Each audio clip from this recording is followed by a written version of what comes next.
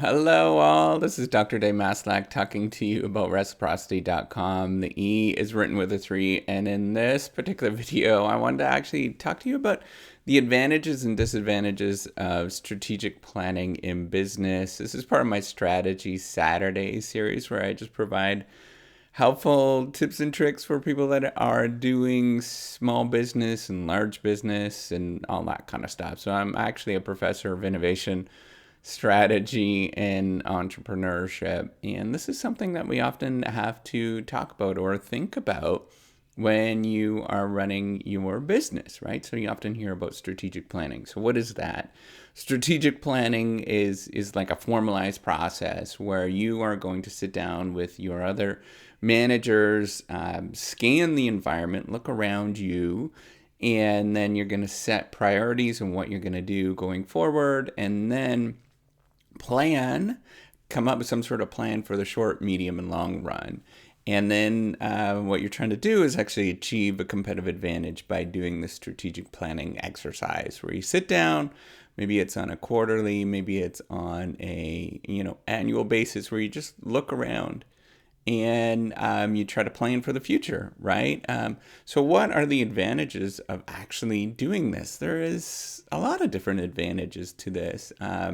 And I'm going to name a few, but there's probably a heck of a lot more. So one of them it's just getting you to plan for the future and to think about the future and where it can go, right? Rather than sort of simply reacting to what has already happened in the past. That's the way that most of us actually do things. We just react to the past rather than thinking about where you're going to go in a year, 2 years out, right? That's a key thing to sort of thinking about managing, right? That's the whole purpose of managing is sort of foreseeing the future as much as you can and then setting things up so you can move forward to where things are going. The other thing that's important and another advantage to strategic planning is really just thinking of getting people to align and understand what the company is about, right? So what you're going to have to do a lot is repeat what your company is about, figure out what the goals are, and then continuously repeat over and over and over again until everybody that is in your company understands what the goals are. Because what you're trying to do is that when you have a big organization, people are kind of doing their own independent things. And what you're trying to do is get people to align as much as they possibly can so that they can work together. And you know what the expectations are.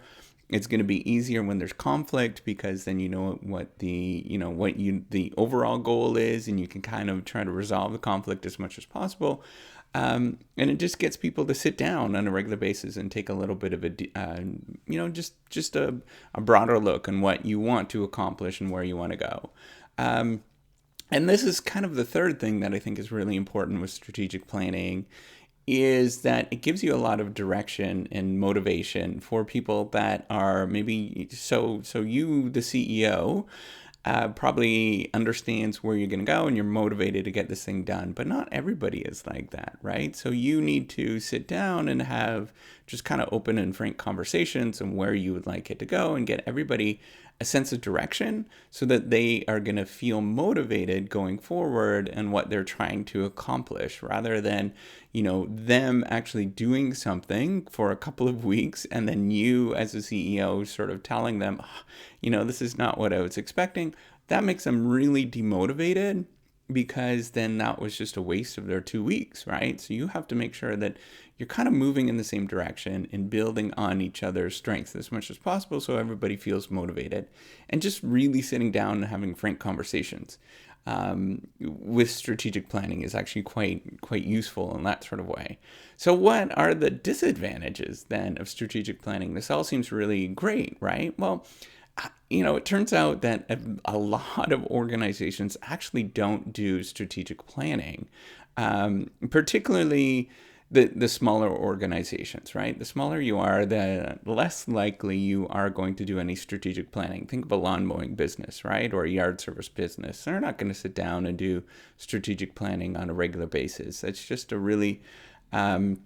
it's just not going to happen, right? They're not going to spend the time doing that. They're going to actually be getting out, boots on the ground, getting things done. And that's going to be a really important thing. And for them, right, because they just don't see a lot of value in sitting down and actually having these big meetings and stuff like that. And a lot of employees don't see any value in that as well. So people tend not to have a lot of strategic planning meetings.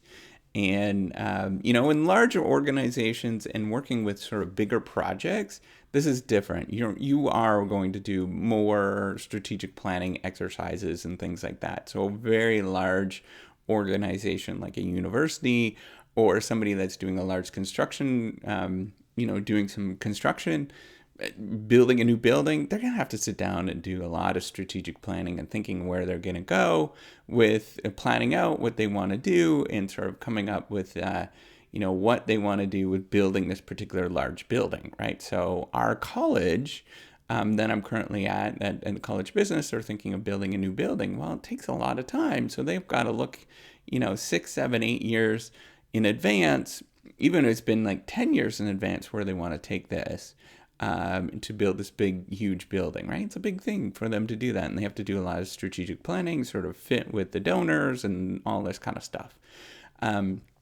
So the other thing that you should consider, and this is really frustrating for a lot of people, and it's frustrating for me and when I've experienced stuff like this, but you can plan all you want, but then the environment is likely to change, right? So with the building that we were building, they were actually planning to build this before the 2008 financial crisis.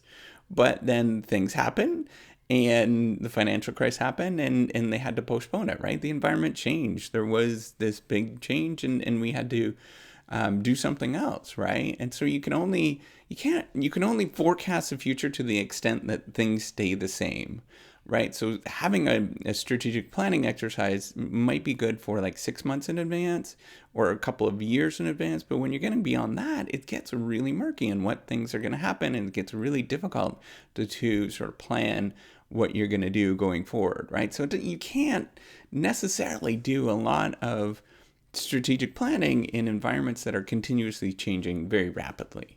That is really difficult to do. It's kind of one of the tenets of organizational theory that's been going back since the 60s or so. It's really difficult to do. And then finally,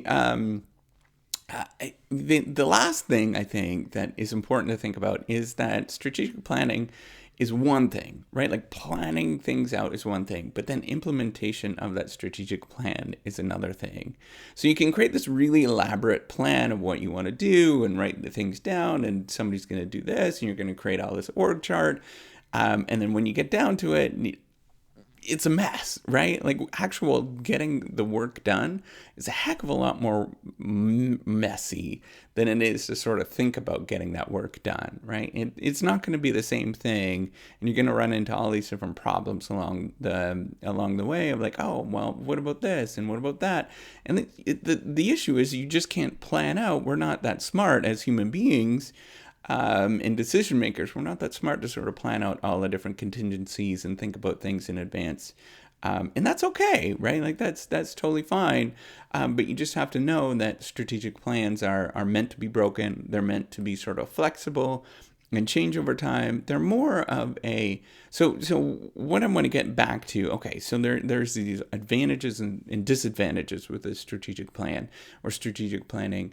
But it is a good exercise. It would be something that I would recommend, but it is not something that I would recommend as like, oh, this is going to set the direction of your company going forward, and this is what you should do going forward.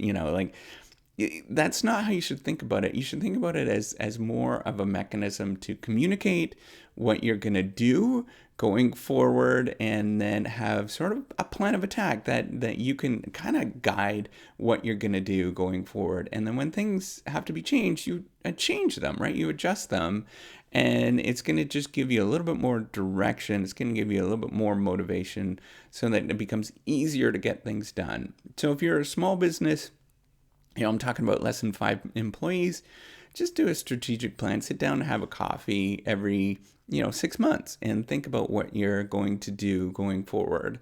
and sit down for, maybe it's an hour, 2 hours or something like that. Don't spend too much time on it, but just have a idea of, okay, this is where things are right now. This is where we'd like to go. If you're a larger company, you probably want to do that a little bit more often. Every quarter, where you'd want to sit down and do some strategic planning exercises and actually invest in it. And then every once in a while, maybe it's once a year, just, to spend a day just having a retreat where you sit down and get things done and have a conversation about that. We do that at our college business, and works pretty good for the most part. And it's one of these things that nobody really likes to do it, but at the same time, it's a really useful exercise. In not only just in the sense of thinking about direction, but it's also good in terms of just getting to know other people that you work with, but you don't necessarily bump into on a regular basis. So that's all I'm going to say. If you like this video, make sure you give me a thumbs up. I do appreciate it. Do subscribe to the YouTube channel. Put out all sorts of stuff about innovation, strategy, entrepreneurship, and as well as things about like graduate school, getting a PhD. And that's really what this whole reciprocity project is about. Is to actually help out people that are interested in going to graduate school, particularly of doing a PhD in strategy and innovation. So you could check out what I'm doing. Anyways, take care and have a wonderful day.